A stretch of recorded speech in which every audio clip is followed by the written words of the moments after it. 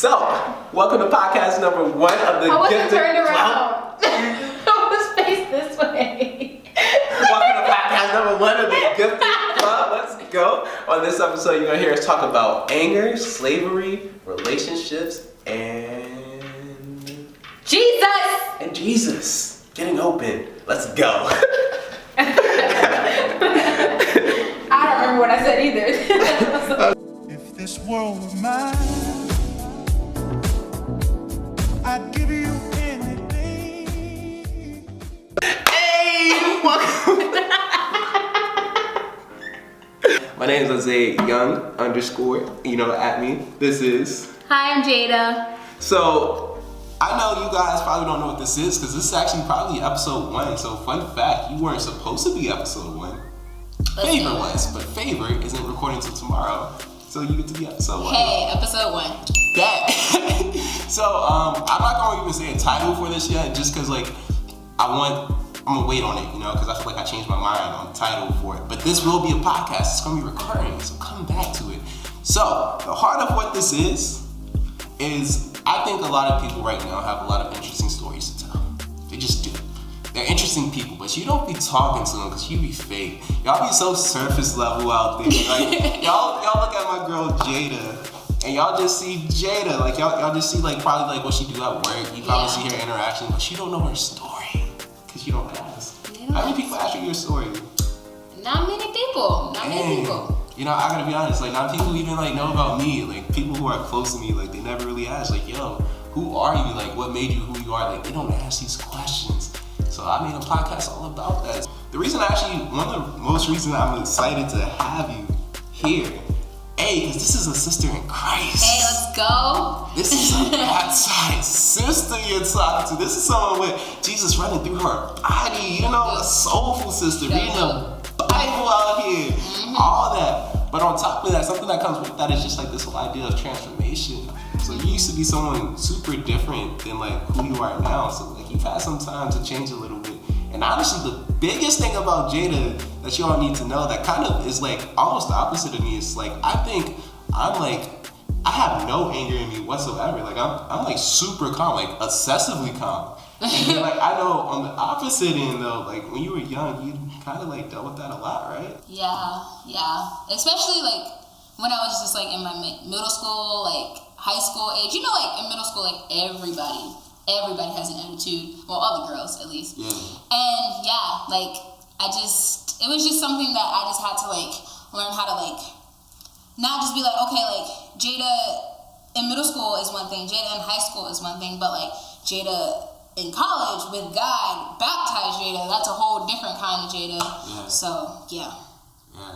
So, something that I really I don't struggle with, and it's something I never really understood my mom for, is because, she also, she deals with, some anger stuff, and, I'll just be chilling in the car, and I'll just see her get, so upset over, small things to me, things that are, I'm yo, who cares if they cut you off? You'll be fine. Calm down. Yeah. Respect to my mom, because you're probably watching. Shout out, Mom. Let's go, Mom. Let's go, Mom. But, sometimes you get a little hot. And, I respect that, because, sometimes it comes out as a strength, but a lot of times I just don't understand it. So I think there's a lot of people who kind of, need this, insight of, yo, what goes through your head? Why do you get so angry and stuff like that? So I guess the best way to start is, well, actually, just so they get to know you, what is your backstory? What's a 2-minute version of everything you done up to 2 college? 2 minutes, make it quick. Okay, cool. So yeah, my name's Jada. Backstory: I'm from Richmond, Virginia. Sort of. If you're from Richmond, you know, oh, you're not really from Richmond. I'm from Chesterfield, but whatever, it's Richmond. I grew up in a part of Chesterfield, in elementary school, where it was just a lot of. I grew up in an all-black Hispanic school. It wasn't any white people really at all. I was thriving there. I had good friends, and then as the older I got, I started making bad decisions, and then my mom was like, I'm gonna send you across the county to a white school, and culture shock was a thing. And I just did not like it. I dealt with a lot of racism, not only from white people, but also the black girls being you're ghetto. I'm girl, I live 2 minutes away from you. If I'm ghetto, you're ghetto. It's whatever. But yeah, so that built up a lot of anger of okay, like I feel like you don't want me here, like nobody wants me here, and that makes me angry because I just want to fit in, kind of thing. Yeah, so then I came to George Mason, and then I left home just not liking a lot of people, including like I didn't have a great relationship with like even my family. Like I love my family, but like they just got on my nerves. Everything they did got on my nerves. Everything anybody did got on my nerves. And so I just was like, all right, I'm ready to go. I'm ready to like experience new things. And so I came to Mason, and I was like, okay, I'm gonna be in a diverse place. Like I'm not gonna have to worry about what people say. Like it's gonna be whatever. And I thought I was gonna live a completely different life than I'm living now. And this girl reached out to me. She was like, yeah, come study the Bible. And I was like, all right, whatever. Like I honestly didn't even say no. I was just like, okay, like I don't know what that is. Who cares? Yeah. And it changed my life, honestly. It taught me how to deal with my anger. It taught me how to deal with like just different idols that I had in my life. Just how to have a relationship with God, and yeah. So I think like the realest thing that like I really caught about that, like the thing that sort of like stuck with me was like when you were talking about how when you switch schools, the biggest thing that like sort of almost was like a seed of anger. It was like that feeling of not feeling like fitting in. It's like I don't belong here, and I also don't belong here with the world. You know, would you say like? Do you think it was like insecurity at all, or do you think it was just like sort of almost I don't know. Yeah, I'll let you put your own words in your mouth. Yeah. What do you think that was? Honestly, I'm gonna tell you, like when I first went on the first day, I was just like, Mom, like, please, I would do anything. Just don't make me go to school with these people, because like it wasn't even the fact of like, okay, why are you touching my hair? Like, do you know that's not okay? Like, people just not understanding like where I'm coming from of like, I don't want to be touched. Don't look at me like that. Don't say things to me that are gonna trigger me. Like, you think it's funny, haha, black people. Yeah, I'm black. It's not funny to me. Even little things like, you know, in history class, like when you talk about slavery, like everybody would turn their heads and be like, I'm not a slave. Why are you turning around and looking at me? That token black girl. Yeah.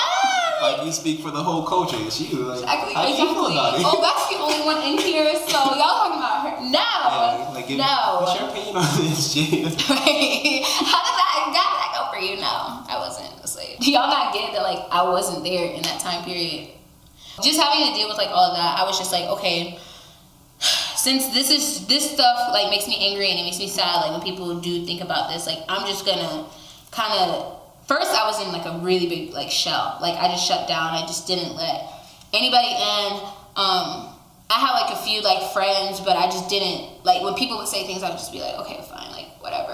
And then my sister came to high school with me, and it's the kind of thing of like, oh, you can say whatever you want to say to me, but like my sister, dog. Yeah, don't talk to my sister. Don't talk to my sister. Yeah, don't do that. Don't do that. Don't do that. It. Wrong one. That ain't it. Wrong one. So she came, and I was like, oh, bet, y'all are bold with her now. Yeah. So I was just like, no, like, I'm not about to let y'all do this to my sister. Like, and it's gonna start with like, y'all learning that this is just not okay. Because my sister's not the only one that they're saying it to, but still, like, it's just not okay to say it to anybody. So I think it was just the fact of like, okay, like I was in a shell for so long, and then like my last 2 years, boom, like I was just going off. Like I was in the principal's office from my mouth. This lady thought that I was on the bus one time. She thought I was like, she was scared for her life is what the bus driver said, because the girl said the N-word on the bus, and I retaliated. And yeah, she just wouldn't let me get off the bus. I had to stay at school until like midnight, 1 a.m. multiple times. Just because I just was an angry person. And I was just like, I'm not gonna deal with this. And I remember being in principal's office one time and like him saying like, oh, like if you continue to have an attitude with people, or if you continue to like not be able to control your anger, you're going to have the police call on you, and like we can't help you anymore. And I was just like, how are you gonna call the police on me? I'm like 17, like what are you talking about? And he's like, I can't help you if they call, like if I call them on you, like I can't help you past that. And so that was a big eye opener. And also another big eye opener was when I like called, I don't remember exactly what I said to her, but she made me mad, this girl that I used to be friends with. And she told the school, so I ended up in the principal's office, and it was like called bullying, cyberbullying or whatever. and they were like, okay, like if you do this again, you're gonna get expelled. And I had scholarships, and they were like, if you get expelled, these are gone. And I was like, hold on, I gotta go to school. I'm not messing up nothing. I was in high school. I think it was just like a lot of like, okay, I held it in for so long. Now it's time for me to just like, boom. Kind of an interesting thing you sort of like got into, and like I'll segue this to like 2 questions almost. Was like when we were talking about your sister coming in, and since we're like on this topic of anger, and like that's sort of like the highlight of the episode, if you will, is how does like anger work both as a strength and as a weakness, right? Because like sometimes I'm going to assume when you get mad, you also get mad at yourself because like you almost blow up too much on people, and you're like, I shouldn't have done that. Like, dang. But then other times, like when it comes to like people like your sister, it's like, yo, I'm kind of glad that like I have this energy within me because like I can like stand up for the people I care about. What was like the moment where you was like, yo, my anger got like too much for me? And then when was the time when you was like, yo, I'm actually trying to use this in the right way? So when it got too much was when I almost got my stuff taken away from me, my scholarships and stuff, because I was like, okay, no, this is too much. Also, I realized it was a lot after I just did not know how to turn the switch off at school and at home. So I would start putting a lot of my anger onto my mom, my dad, and my sister. And they just did not, they were like, Jada, I'm sick of dealing with you. Like, it's time for you to go to school. And like, when they dropped me off, the first time it picked me up and then dropped me off again, my mom was like, Jada, the first time we dropped you off, we did not care that you were leaving. We wanted you to go. Like, it wasn't sad. Ooh.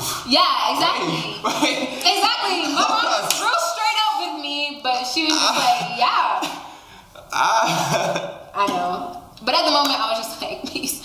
But yeah, she was just like, yeah, it was your time, my girl. Because I was just that mean. Like, imagine like being at home and like having all these people like that you love being at like home, and like you wanting to be at home, and then like just you not being able to control yourself, and then them being like, all right, it's time for you to go. Like, then it was like, I don't have a home here. I don't have a home at this place I'm going to. Like, again, I'm not fitting in. Yeah. So that's making me even more angry. So, yeah.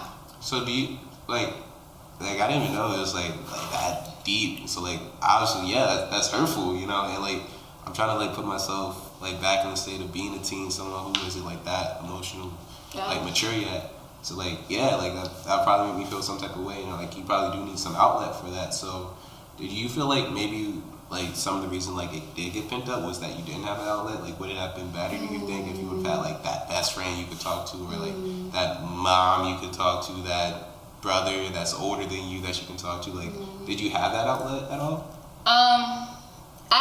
When it came to like anger at school, like dealing with stuff at school, like I did have my mom, but my mom's also a kind of person where it's like, okay, this happened, you gotta get over it though. Like, you have to get over it. So it wasn't like, tell me what's wrong, like, let's work through it. Like, it wasn't like always caring. It was just like, you have stuff to do, get over it. That was hard.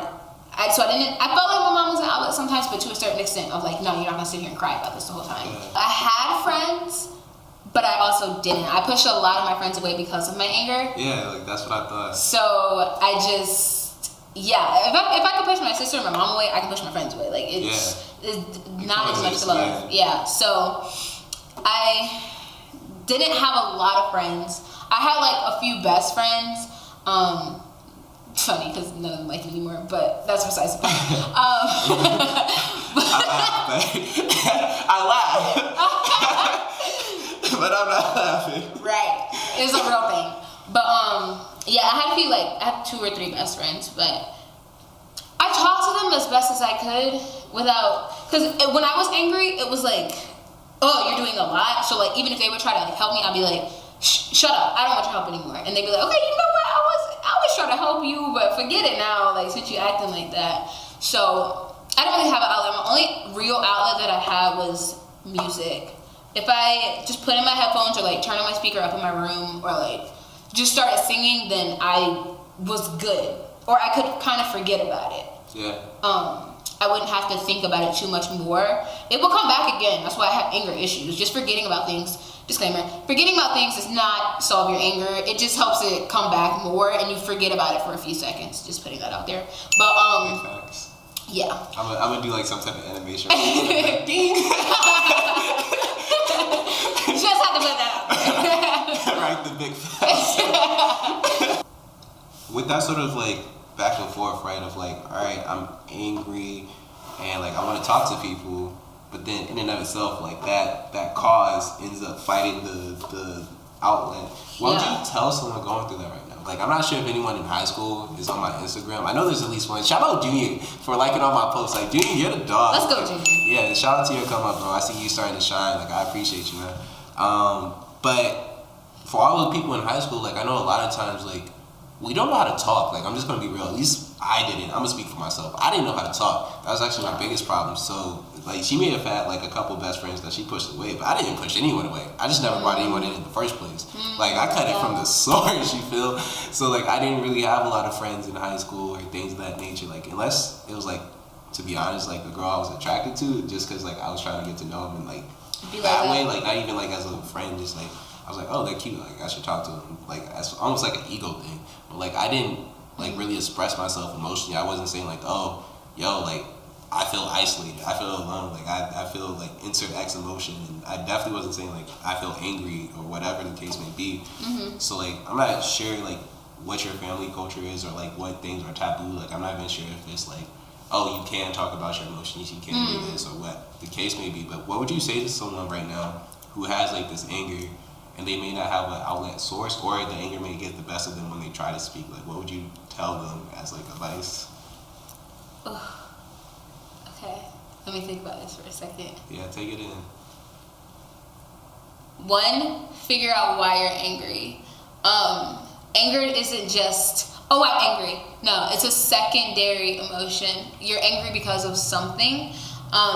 Whether it be like mine was the racism, mine was also just a lot of different things. But like it could be like school. School is too much. It's making you angry. It could be your people around you. The people around you influence you a lot. And if your friend group is doing nothing but making you angry, like what are you doing? You know. Figure out what that root cause is. You have to figure out what that root cause is, because you just saying I'm not gonna be angry anymore, sweet, you're gonna be angry in the next 3 seconds. Like, you have to figure out what that root cause is. After you figure out that root cause, figure out how to not get rid of it, but like how to make it better in a way. Like for me, with the racism, honestly, I just kind of got out of there. But if I were to go back, I would just be like, okay, like why am I angry at you? It's because you I feel like you don't realize why I'm upset. Like, you're being racist and you don't see where you're racist. So I remember one girl had to sit down with her and be like, okay, when you do call me the N-word, like you're basically belittling me. And you're telling me that I'm not on the same level as you. Because that's what people called people back in the day, that they just didn't have as much respect for the people that they called N-words. So like they just were like, okay, this is your name. Like, I don't care if your name is whatever your name is, I'm gonna just call you this. So I had to be like, okay, listen, this is why I don't like this. This is not okay. This makes me angry. If you say this again, I'm going to get angry, you know? So get to that cause. After you figure that out, I'm not gonna say everything's gonna work out, but you also have to hear where they're coming from. It can't just be you saying, okay, like I don't like this, da da da da da. You have to hear where they're coming from. Not if they say my granddaddy's racist, so I'm a racist. Okay, that's when you're like, you gotta get cut off. But like, if they're like, I genuinely don't know. I didn't know that that's what that meant. I just hear it in music, which they do. That's a whole nother video. I'm not getting into the word. But I hear it in music. I hear it in you say it. Sometimes like we can even say it, and we're just like, oh shoot, but I don't want you to say it, but I can. That's wrong. That's so wrong. But not getting into that either. I hear you say it, like my friends can say it, like, which I get, but you also have to be like, okay, but that's still not okay, and like just educate them. But yeah, after you figure out that, find out what you love to do, which mine was music, and cope with it that way. You can't always hit things head on and be like, okay, I'm angry at you, this is why I'm angry at you. Why you're so angry, it's not always gonna work out that way. But like, cope with it for a minute, like listen to music, whatever you have to do, talk to them about it, hear where they're coming from, and try to move forward. Yeah. Now, I did a lot of, okay, you hurt me, and I'm gonna remember you hurt me for the rest of your life. No, you're gonna stay angry for that. You're gonna stay angry. You're never gonna get over it. So, hear where they're coming from. Even if they don't mean their apology, you have to try to move forward. And if they don't mean their apology, they still keep hurting you. Why are they in your life still anyways? But yeah, like, you have to try to move forward past it. You cannot hold grudges. That's just gonna make you even more angry forever, honestly. So. Couple things on that. Self-plug. I think we need to have a culture episode. Yes! Yes! That's what I'm hearing. I think we need to have a culture That's what I'm hearing. episode. And honestly, like, way down the road, just bringing two people of different cultures, just to have like an open heart to heart, just like we can start having these conversations people hate to have. Because again, I think the heart of like what I'm trying to do, and again, forgive me if like things are across the map in the beginning, I'm still figuring it out, you know what I'm saying? Shout out to figuring it out. Shout out to I don't have it together. But I think one of the biggest things that like I care about is just like putting everyone in the position to shine on their strengths, right? Like we all have things we're good at. And me, I'm encouragement and like relationships and things of that nature. So like speaking on relationships, I think the reason a lot of people don't have good relationships is actually because we don't know how to like look past so many small differences. It's like the differences are so small. Like actually I was telling someone this, and it's gonna be something I repeat on this podcast. It's like, can you imagine like if we were really going through tragedy right now, like if we were at war, if the economy fell, we didn't have money and everyone was poor, all of a sudden all these things we care about in the like current day and age would go away. And like that's something I learned by listening to like the podcast. Shout out Gary Vee actually for a lot of inspiration. You curse way too much. I don't respect that. Come on now. You're being you, so I mean do your thing. But anyhow, I listened to his like podcast, and like one thing he says is like, yo, you guys didn't live through when like things were like bad and like people like were losing their jobs and like, you know, like they couldn't support their families, like things become real. And I feel like we're way too almost in the new day and age. We have fun, we have Instagram, we have like we care about likes and retweets and just small things. If the Wi-Fi is strong enough, like Wi-Fi, literally, like I said, I don't get mad. Wi-Fi makes me mad. Like when Wi-Fi is that spinning circle, I'm like, yo. Stop. When I'm watching a good video and it starts buffering, and I have to like, scroll back a little bit to see if it's gonna, you know, I literally get upset, like legit, like I get frustrated, I start sweating, and it's like things that are so small that don't really matter at the end of the day. Like when it comes down to it, I feel like all humans come down to like love, family, relationships, and like just making it, you know, like, and we care so much about getting the right job, choosing the right major, what makeup, what scarf we're going to wear. He really coming at me right now. Shoot. You know, like lighting, you know, just like these things that like it doesn't matter. First podcast done. Let's go. I hope you all enjoyed that. She gave you the reals. I did. She gave you a peek into her soul. That's like, and props to you because like I know that stuff isn't always easy to talk about. There's a lot of people who still have like a lot of pain, like just like. Even like the part about like your fam, the like school and all that stuff, like being able to talk about that, like that's a strength, sis. Like let's go. But yeah, thanks for all that realness, Jada. Questions for you. Like, are you working on anything you want to plug right now? No. What? I feel like that's the right like podcast thing to do. Like, are you working on? Oh, you can talk about your major like aspirations, where you're going. Cause like, just in case they want to check up on you, like they're like, yo, where'd Jada go? What's she doing? Check up on me, and pray for me, cause this my major is not easy. But yeah, I go to GMU, and my major is computational and data science. I'm a sophomore. I have a minor in human development and family science, and then another minor in scientific leadership and practice. All that basically is just a bunch of computer science with some statistics in there, and then helping families and special ed and younger kids and stuff like that. All in one big Jada. So don't be confused, sisters. Alright. She be doing her thing. She be having like the math open with the red pen and the she be out here. But thank you guys for tuning in. What should my outro be? Yeah. Okay, do not include that. Just peace and love, y'all. I'm out.